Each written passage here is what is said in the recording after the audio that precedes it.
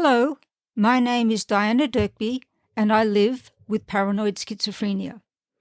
The soundbite that you just heard was an extract from Pastime with Good Company, which was composed by King Henry VIII and was performed by Chestnut Brass. The title of this podcast is my book, The Overlife, and this podcast. Before starting, I would like to explain the logo for this podcast. It shows two rhinoceroses with two hearts above them. There are only two northern white rhinos left on planet Earth. These are the rhinos in my logo.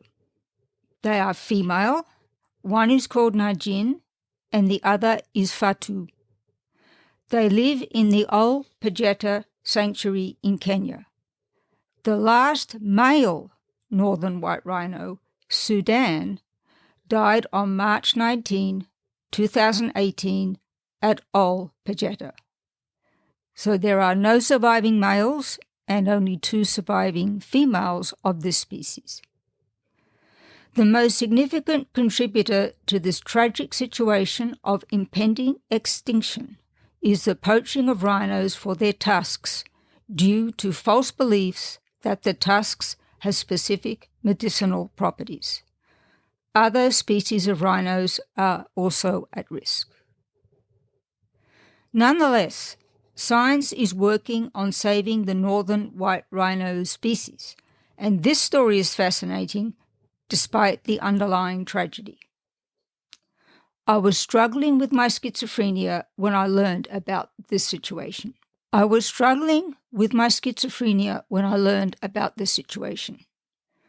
was so shocked by it that it helped pull me out of my period of bad health. I vowed to remember Sudan every day when I woke up and became interested in the story of the northern white rhino. This topic is so important and outside myself that it helped me get a badly needed perspective.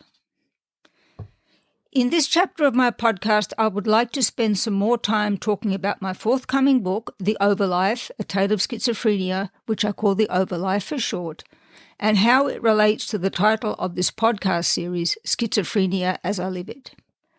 I talked a little about this relationship in my first podcast chapter. Before doing that, I want to talk for a while about my next podcast. That podcast will be entitled Politely Correct.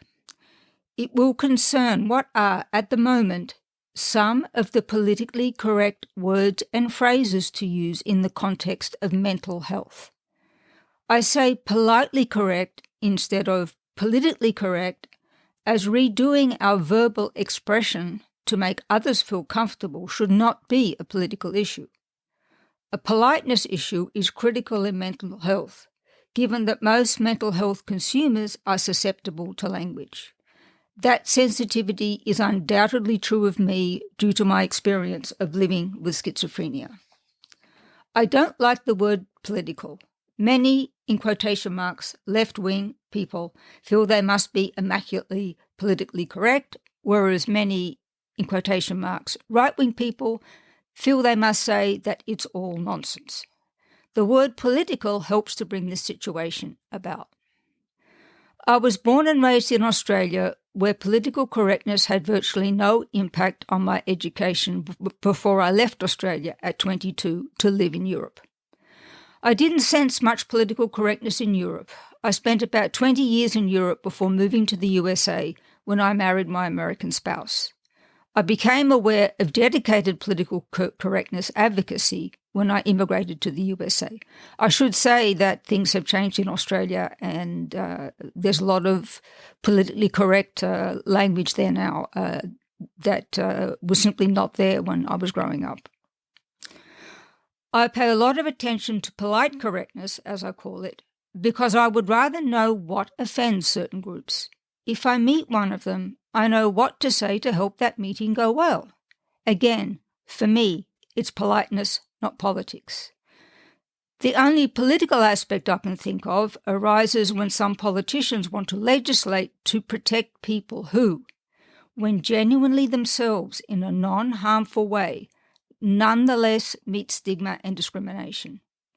For example, if someone's pronouns are they, them, their, you need legislation to protect them from the prejudices of those who cannot accept that they, them, their people should be equal under the law. Once laws are in place to protect certain groups of people, you have the problem that some people may disobey those rules as they clash with their beliefs. Then, again, you may need politicians and lawyers to sort out the dispute. Before I leave this topic that will dominate my next podcast, I want to make a blanket apology for instances where I am ignorant of the politically correct term. I am trying to be politely correct. Political correctness evolves fast, so keeping up with it all is hard. I wanted to get my apology on the table early.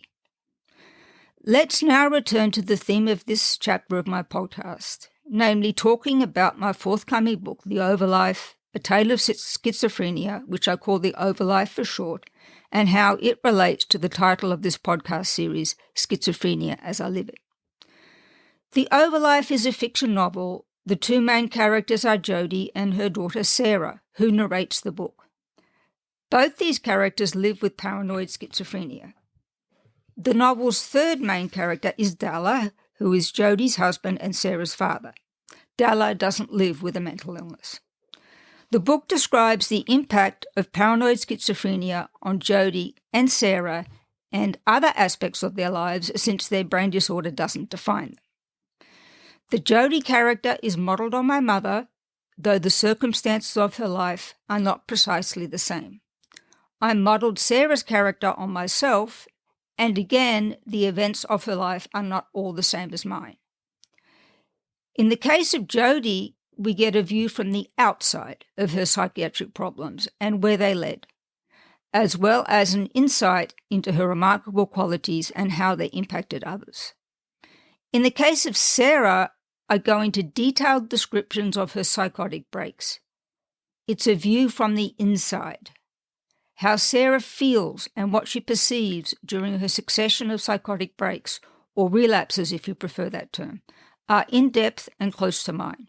Therefore, schizophrenia as Sarah lives it is schizophrenia as I live it, the title of this podcast series. To sum up, the novel's plot is fictional, but how Jodie's and Sarah's schizophrenias manifest themselves is based on my mother and my genuine experiences. So let's ask some questions about me. At what age did I experience the onset of schizophrenia? The truth is, I don't know. A lot of what I understood along my life path was in retrospect. The first total break from reality of which I was conscious occurred when I was 31. However, later, when I read about the symptoms of paranoid schizophrenia, I realized the onset, or at least partial onset, must have been much earlier, as I had been coping with some of the symptoms for a long time without knowing why. My mother had a similar story, in that I first noticed a significant change in her when she was 38 and I was 8, but later heard from relatives that her psychiatric problems had begun in her teens.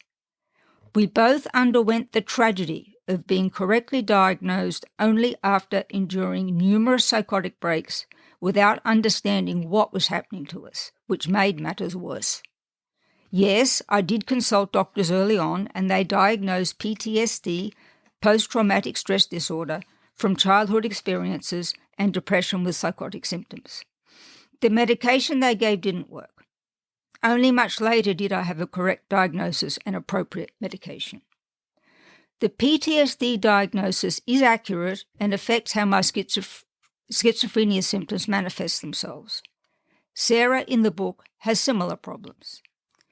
In my mother's case, she refused to admit she had any psychiatric problems, partly due to fear of stigma and because she became paranoid about doctors. Jodie in the book has related issues. The podcast, therefore, will flesh out my fiction book, The Overlife, by talking about schizophrenia as I live it. And by the I here, I mean the real me, Diana Dirkby, both as a caregiver for a mother and as someone who lives with schizophrenia herself. Thank you for listening.